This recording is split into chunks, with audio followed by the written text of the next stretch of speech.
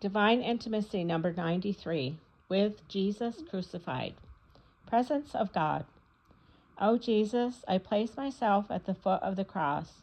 Help me to understand how necessary it is to suffer in order to resemble you. Meditation 1. For the soul who aspires to union with God, penance is not only a means of subjecting the flesh to the spirit, but also a means of being assimilated to Christ crucified, in order to reproduce and prolong his passion in its own body. Love makes equality and similitude. JCAS 1, 4,4. He who truly loves has a spontaneous desire to share in the sufferings of the loved one. It is the same with real lovers of the crucified. St. Mary Magdalen de Pazzi exclaims, "It is not fitting to be a delicate member of a head crowned with thorns and crucified, nor the unmortified bride of a suffering spouse. It is an honor for a wife to be able to share in the entire life of her spouse. For a soul consecrated to God, it is an honor to be able to share, even in a small way, in the passion of Christ. Such a soul glorifies in it. But God forbid that I should glory save in the cross of our Lord Jesus Christ, by whom the world is crucified to me, and I to the world." Galatians 6:14. Although mortification of the spirit is certainly more important than that of the body, we must not forget that in order to save the world, Jesus was willing to embrace both in the most complete manner. His whole life was a cross and a martyrdom. It ended with the sacrifice of Calvary, where his spiritual and physical immolation reached its height. As for the mortification of the senses, it is certain, says St. John of the Cross, that he died as to sense spiritually during his life, besides dying naturally at his death. For in life he had not where to lay his head, and at his death this was even truer. Wherefore, as it seems to me, any spirituality that would fain walk in sweetness and with ease, and flees from the imitation of Christ, is worthless. AS 2:710.8. Meditation 2. St. Teresa, Margaret of the Heart of Jesus, wrote, "Remember that when you entered religion, you proposed to express in yourself the life of the crucified." SP. To express the life of the crucified means to live his passion, to associate ourselves with his sufferings, to unite ourselves to his intentions, the glory of the Father and the salvation of souls. I ... fill up those things that are wanting of the sufferings of Christ in my flesh for his body, which is the church. Colossians 1:24. This is another motive which has urged the saints to generous corporal mortification. Nothing is lacking in the passion of Christ. He himself said on the cross, "All is consummated." John 19:30. All was accomplished in him, our head, but it must now be accomplished in us, his members. Jesus wills to continue his passion in us so that we may be associated with him in the work of redemption.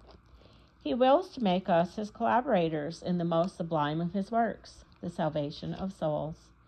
Jesus, who could have accomplished his work alone, willed to need us in order to apply the infinite merits of his passion to many souls. Mortification and even physical suffering is therefore a requirement of a life of union with Christ.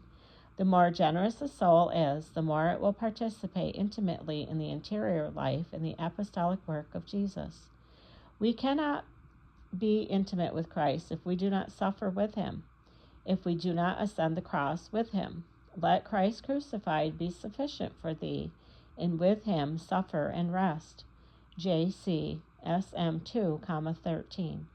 Suffering has a supernatural value only when it is borne with Christ and for Christ. It is Jesus who sanctifies suffering. Apart from him it is worth nothing and is of no use. But if it is embraced for love of him, it becomes precious coin, capable of redeeming and sanctifying souls. It becomes a continuation of the passion. Colloquy. O much desired passion, who desires you, loves you, and is glorified in you. O eternal truth, you tell me that your passion is neither desired nor loved by anyone who loves himself, but only by one who has stripped himself of self and clothed himself with you, O crucified Christ. By means of your light he sees in the cross the greatness of your charity. O gentle, quiet passion, which in the calmness of peace allows the soul to traverse the waves of the angry sea. O delectable, sweet passion, O wealth of the soul, true joy, our glory, and our beatitude. The soul which is glorified in you acquires your fruit. O Word, the soul which takes shelter in your passion is dead to sensuality and tastes the sweetness of your charity. O my God, my love, permit me one question. When the world was languishing in sickness, you sent your only Son to be its physician. And now what means will you use to revive again this world which lies once more in death? I see that you give the name of Christ to your servants, and that by means of them you want to take away death and give back life to the world. And in what way?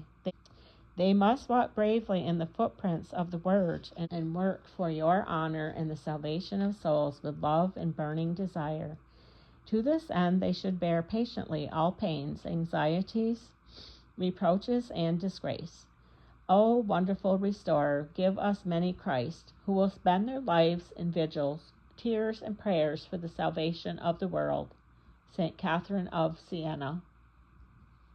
O Lord, you know the profound desire of my heart, to assimilate and unite myself to you in order to live your life alone. If sublime states of prayer and flights of the Spirit are not for me, the cross is my share. You offer it to me, and I embrace it with all my heart. I know that what is easily within my reach, what I encounter every day, what is most suitable in proportion to my misery in suffering, for no human life is without sorrow. Lord, grant that in every suffering, physical as well as moral, I may recognize and embrace your cross, so that I may be intimately associated with your passion for the salvation of souls. Now that you are glorified at the right hand of the Father, you can no longer suffer. Deign then to suffer in me, and to use my poor humanity to continue your work of redemption. End of number 93, with Jesus crucified.